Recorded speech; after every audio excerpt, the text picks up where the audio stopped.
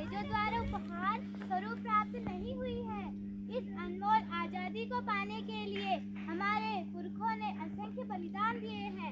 इस स्वतंत्रता के लिए माओ ने अपने पुत्र बलिदान किए हैं और सुहागिनों ने अपने सुहाग न्यौछावर किए हैं। 1857 में से 1947 तक असंख्य बलिदानों के बाद हमें स्वाधीनता जैसा अनमोल रत्न प्राप्त हो पाया है। आजादी मिली पर हमारा अपना कोई संविधान न था। तब डॉक्टर भीमराव अंबेडकर के नेतृत्व में 2 साल 11 महीने 18 दिन में हमारा संविधान बनकर तैयार हुआ और आज ही के दिन 26 जनवरी 1950 को हमारा संविधान लागू हुआ और तब से हम अपना गणतंत्र दिवस मनाते आ रहे हैं। हमारे संविधान ने हमें अनेक अधिकार प्रदान किए हैं जिन्हें हम मौलिक अधिकार के रूप में जानते हैं।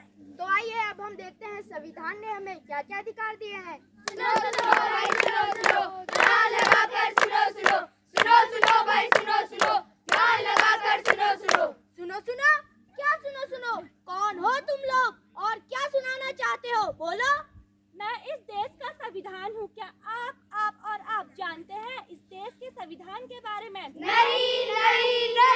नहीं जानते ना? तो बड़ी ही अफसोस की बात है कि आज हमारे देश को आजाद है 77 साल हुए हैं और अब भी हमें हमारे संविधान द्वारा दिए गए अधिकारों और कर्तव्यों का पता नहीं। तो आइए हम आपको बताते हैं हमारे अधिकार और कर्तव्यों के बारे में। हमारा पहला मौलिक अधिकार।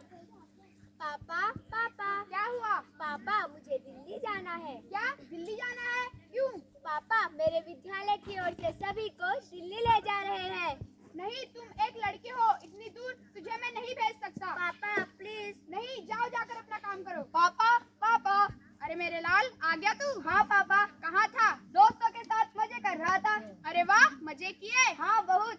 पापा मुझे भी दिल्ली जाना है पिकनिक में। दिल्ली जाना है मेरे लाल? हाँ पापा। कितना पैसा चाहिए? 10,000। ये ले 10,000, अच्छे से घूम के आना। थैंक यू पापा। ये क्या पापा, आपने भाई को जाने के लिए पैसे दिए और मुझे नहीं? मुझे भी पैसे चाहिए।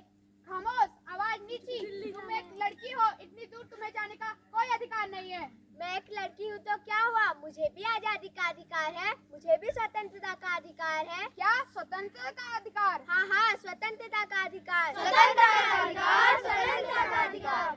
तो आइए अब हम बढ़ते हैं अपने दूसरे मौलिक अधिकार की ओर।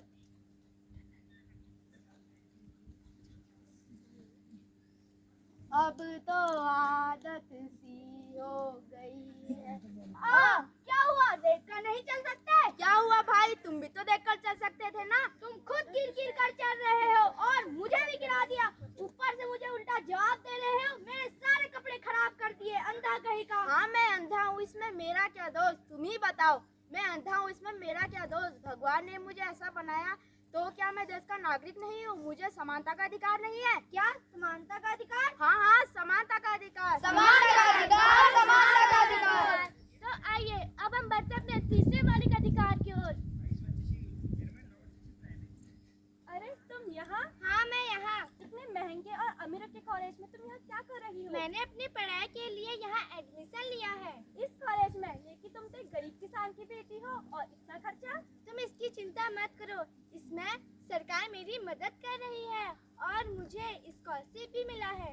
स्कॉलरशिप से तुम यहाँ पढ़ोगी, लेकिन मुझे पता है कि आगे चलकर कितना खर्चा होगा। तुम्हें जो बोलना है बोलो, मुझे तो बस डॉक्टर बनकर देश की सेवा करनी है। क्या डॉक्टर बनना है तुम्हें? तुम्हें अंदाजा भी है डॉक्टर बनने में कितना खर्चा होगा? और तुम तो ठहरे गरीब किसान की बेटी। मैं गरीब किसान की बेटी हूँ तो क्या हुआ, मुझे भी तो शिक्षा का अधिकार है। क्या शिक्षा का अधिकार? हाँ शिक्षा का अधिकार। शिक्षा का अधिकार, शिक्षा का अधिकार।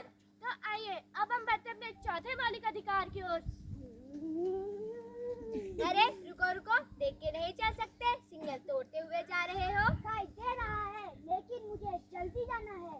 अच्छा जल्दी जाना है तो क्या सिग्नल तोड़ते जाओगे? अरे मैडम, आप मुझे नहीं जानते, मैं कौन हूँ? कौन हो तुम? मेरे पापा यहाँ के एसपी हैं। अच्छा तुम्हारे पापा यहाँ के एसपी हैं, तब तो तुम्हें डबल चालान कटाना चाहिए। क्यों?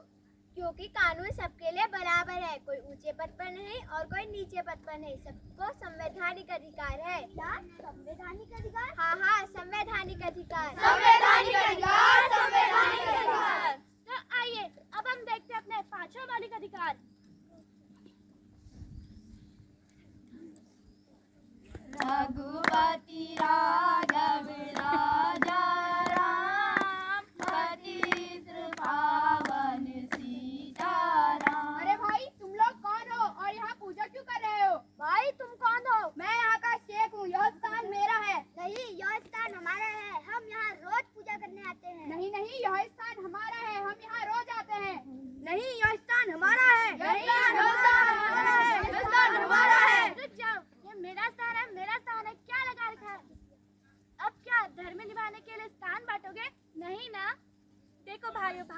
धार्मिक और पवित्र देश है। यहाँ सबको धार्मिक स्वतंत्रता का अधिकार प्राप्त है। क्या धार्मिक स्वतंत्रता का अधिकार